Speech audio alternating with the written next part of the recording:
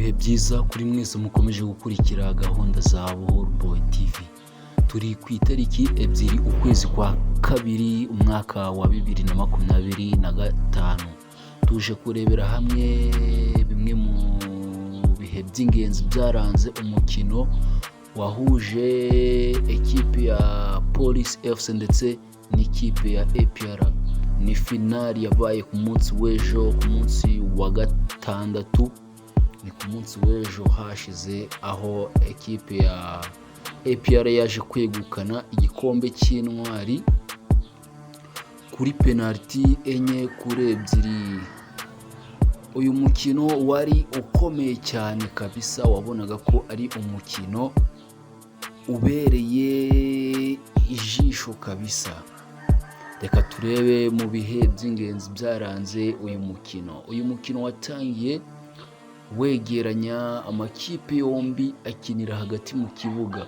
Ku munota wa gatatu gusa w'igice cya mbere, Lamine Ba wa APR FC yahaye umupira mwiza Ndayishimiye Dieudonné bakunze kwita Nzotanga, wari uhagaze neza, ateye ishoti rikomeye umuzamu wa Police FC witwa Niyongira Patience awukuramo. Nyuma yaho ekipe ya APR yakomeje gusatira cyane, naho Police FC itangira gukina isa naho yugarira. Ku munota wa 17 w'igice cya mbere, Dauda Yusuf wari wazonze abo hagati ba Police FC yahaye umupira Hakimu Kiwanuka acenga myugariro wa Police FC Isa Yakubu, asigarana n'umunyezamu, atera umupira ashaka inguni umuzamu atarahagazemo, ariko Patience Niyongira awukuramo akoresheje akaboko kari kasigaye. APR yongera guhusha uburyo bwa kabiri, ndetse n'igice cya mbere kiza kurangira amakipe yombi anganya 0-0. Gusa uyu mukino wagaragazaga ko APR iri buze kwegukana iki gikombe, kubera ko yakinaga umukino uri ku rwego rwo hejuru cyane kabisa. Mu gice cya kabiri Police FC yagarutse yahinduye imikinire, maze itangira gusatira binyuze ku bakinnyi basatira barimo Byiringiro Lag ndetse na Ani Elijah. Abatoza ku mpande zombi batangiye gukora impinduka. Darikonovic wa APR akuramo Mamadou Lamine Ba, Denis Omedi ndetse na Mugisha Gilbert, nibwo ba Ramazan baje kwinjira,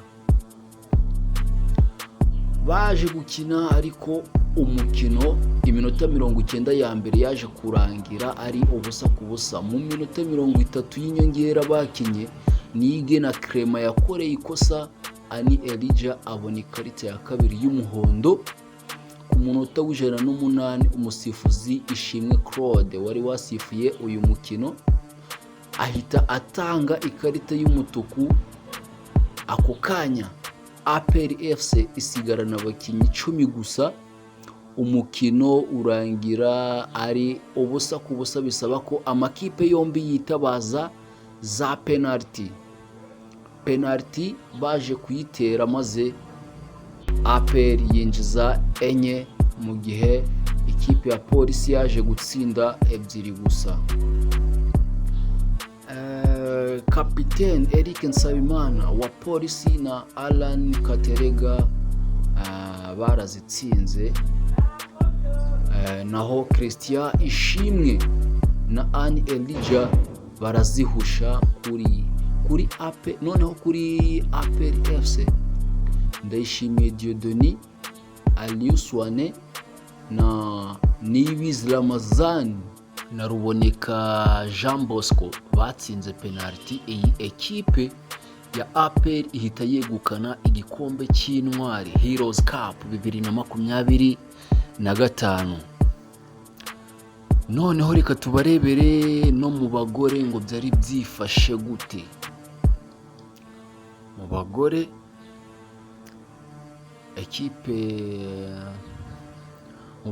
ekipe ya Rayon Sport niyo yegukanye igikombe nyuma yo gutsinda Indahangarwa Women Football Club penaliti 4-3 nyuma yo kunganya ubusa ku busa mu minota 120.